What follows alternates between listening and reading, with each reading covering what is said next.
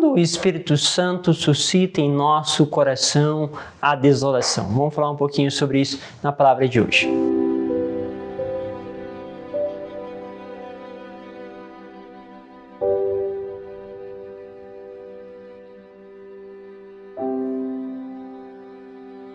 Em nome do Pai, do Filho e do Espírito Santo. Amém. Que bom estarmos juntos mais uma vez para podermos crescer com a palavra de Deus.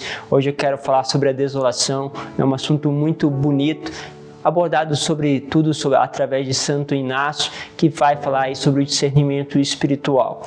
Bom, quero pegar com vocês a palavra que está na primeira leitura, no Atos dos Apóstolos, capítulo 2, versículo 36 ao 41. No dia de Pentecostes, Pedro disse aos judeus que todo o povo de Israel reconheça com plena certeza: Deus constituiu Senhor e Cristo a este Jesus que vós crucificastes. Quando ouviram isso, eles ficaram com o coração aflito e perguntaram a Pedro e aos outros apóstolos: Irmãos, o que devemos fazer? Pedro respondeu: Convertei-vos cada um de vós e seja batizados em nome de Jesus Cristo para o perdão dos vossos pecados, e vós recebereis o dom do Espírito Santo, pois a promessa é para vós e vossos filhos, e para todos aqueles que estão longe, todos aqueles que o Senhor nosso Deus chamar para si.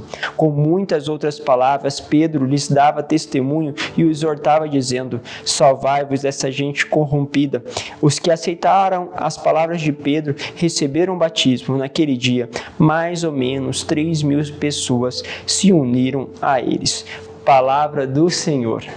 Graças a Deus. Bom, é bonito percebermos o seguinte. Pedro começa a falar e ele vai dizer o seguinte: olha, Jesus Cristo, aquele homem que vocês crucificaram, que vocês mataram, isso é forte, né? Quando nós, em geral, recebemos uma palavra que nos confronta, é normal que nós façamos o quê? Que nós falamos: peraí, quem é esse Pedro para estar dizendo isso? Quem é esse cara? Ele não é nada, um pescador está dizendo isso. Esses dias mesmo, estava por aí e agora ele quer se impor sobre nós?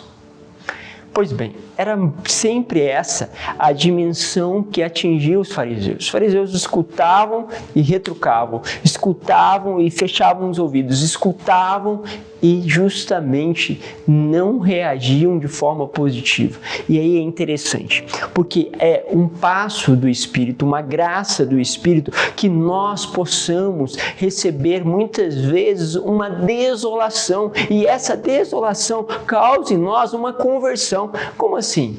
Bom, em vez deles começarem a retrucar, a questionarem, como o mundo costuma sempre fazer, o que aconteceu com eles?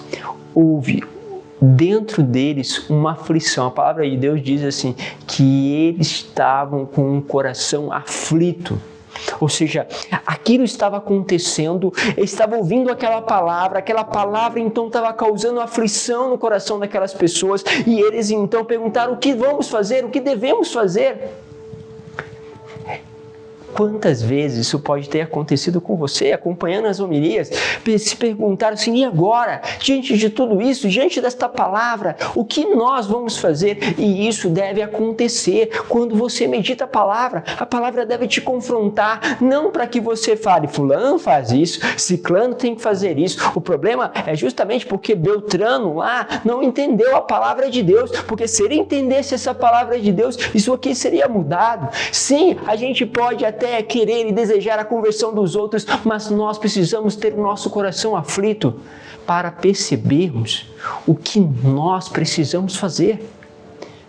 E era isso, a grande palavra que, tocando estes homens, eles se dirigiram a Pedro dizendo: o que vamos fazer?